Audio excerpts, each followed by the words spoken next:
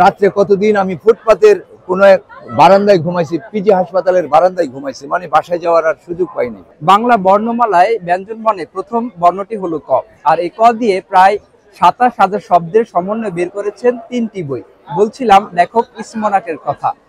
তিনি আজকের আমার সাথে এখন উপস্থিত রয়েছেন। গল্পের আজকের বিশেষ পর্বে আমরা তার সাথে কথা বলবো, আড্ডা দেবো, একই সাথে তার লেখনী সম্পর্কে জানবো, কিভাবে তিনি এমন অসাধ্যকে সাধন করেছেন।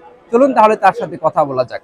ইসমনাক ভাই, প্রথমে আজকে আমাদের গল্পের অনুষ্ঠানে আপনাকে স্বাগত জানাচ্ছি। অনেক ধন্যবাদ, আন্তরিক শুভেচ্ছা ও অভিনন্দন। আলোচনা শুরু করব তার আগে আপনার শৈশব এবং কৈশোর কোথায় কেটেছে এবং একই সাথে আপনার সম্পর্কে জানতে চাই। সে বিরাট একটা জীবনী। আমি ৫৭ বছর অতিক্রান্ত করছি আমি। তো এই ৫৭ বছরের ইতিহাস তো আর অল্প সময় বলা যাবে না। আমি শৈশবের দিনগুলো প্রায় ১৬ বছর কাটিয়েছি ব্রাহ্মণবাড়িয়ার সরাইলে, আমার পৈতৃক ভিটায়। ওখানে এসএসসি পাস, তারপর এইচএসসি, তারপর ঢাকা বিশ্ববিদ্যালয়। এরপর ১৯৮৪ সন থেকে আমি নিয়মিত ঢাকায়, আজকে প্রায় ৪০ বছর যাবৎ ঢাকায় জীবনযাপন করছি। যে ছোট্ট কয়েকটা লাইন দিয়ে আসলে জীবনের একটা বড় অংশ, সুন্দর অংশ এত সুন্দরভাবে বিবৃত করা যায়। যেমন আসমানিদের দেখতে যদি তোমরা সবে চাও, রহিমদ্দির ছোট্ট বাড়ি রসুলপুরে যাও।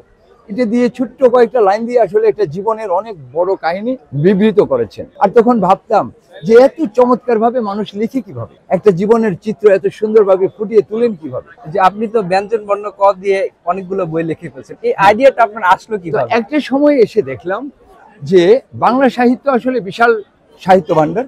এখানে গল্প, প্রবন্ধ, কবিতা, ছোট গল্প, উপন্যাস, অনেক লেখকের আবির্ভাব হয়েছে। তারা বিভিন্নভাবে বাংলা ভাষাকে সমৃদ্ধ করেছে, অনেক কিছু। আমার সরকারি চাকরি পাওয়ার বয়স শেষ হয়ে গেছিল ১৯৯৭।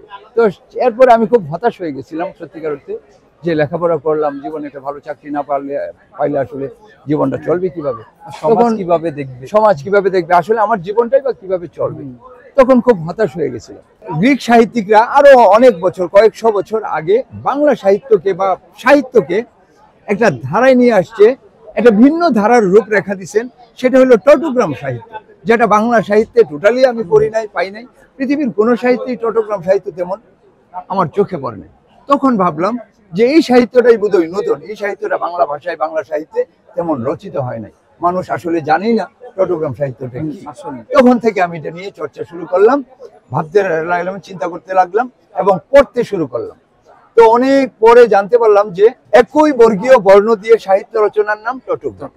শব্দের প্রথম অক্ষর একটা বর্ণ, শেষের অক্ষর একটা বর্ণ, এরকম মিল থাকার নামই টটোগ্রাম। ১২-১৩ বছর শুধু খুঁজলাম, শব্দ সংগ্রহ করলাম যে ক যেহেতু প্রথম বর্ণ এবং ক দিয়ে অনেক বেশি শব্দ করা যায়। আমি খুঁজতে খুঁজতে প্রায় ২-২.৫ লাখ শব্দের সন্ধান পেলাম। অনেক শব্দ সংগ্রহ হলো, প্রায় ১৩ বছর চলে গেল আমার। ২০০৮-৯ দিকে আমি লেখায় মনোনিবেশ করলাম, যে দেখলাম ক দিয়ে একই বর্ণ দিয়ে লেখা শুরু করলাম। ২০১০ আমার প্রথম লেখা প্রকাশিত হলো কেষ্ট কবির কষ্টগুলো। জাতি ছিল প্রায় ৮,০০০ শব্দ। এরপরে ২০১৩ সনে আসলো আমার দ্বিতীয় লেখা কেষ্ট কবির কনফারেন্স। সেটাও প্রায় ১০,০০০-এর বেশি শব্দ ছিল টটোগ্রাম ধারায়, একই বর্গীয় বর্ণ। এমন এক দেশ, আমি খুব গর্ববোধ করি আমার দেশকে নিয়ে, কিন্তু হতাশাও আছে অনেক। আমাদের দেশটা আসলে গুণীর কদর করে না।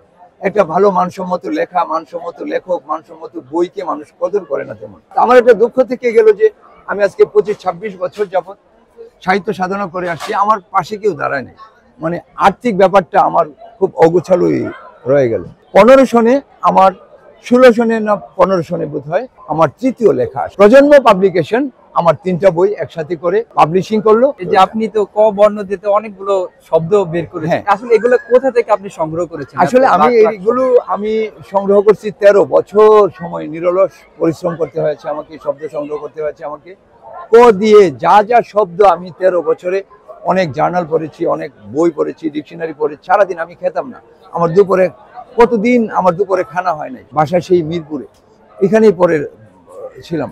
মানে নানান কষ্ট, ত্যাগ তিতিক্ষা অতিক্রম করে আমি ১৩ বছর শুধু শব্দ সংগ্রহ করেছি, তারপর লেখালেখি শুরু করলাম। আচ্ছা, এই যে অনেক সময় তো বইতে দেখা যায় আপনার একটা লাইন মিলাতে গেলে অনেক শব্দ যে ক দিয়ে শব্দটা পান না, ওই সময় ওই মুহূর্তে ওই লাইনটা মিলানোর জন্য কি কি আপনি এখানে আসলে সবচেয়ে সমস্যার দিক ছিল যে একই বর্গীয় বর্ণ দিয়ে সাহিত্য রচনা করতে গিয়ে যে সমস্যাগুলো হয়েছে সেটা হলো যে অনেক সময় আমরা তো বাংলা তো অনেকগুলি বর্ণ দিয়ে শব্দ হয় এবং শব্দ দিয়ে আমরা ভাব প্রকাশ করি।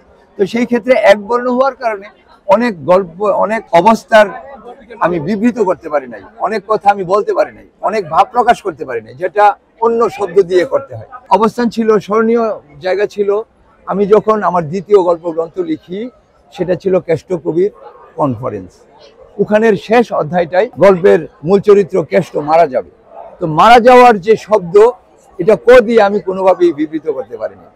আমি প্রায় 7-8 মাস চেষ্টা করছি নানাভাবে, শুধু আমি কখন খেতাম, কখন ঘুমাতাম, কখন কই থাকতাম আমি ঠিক জানতাম না।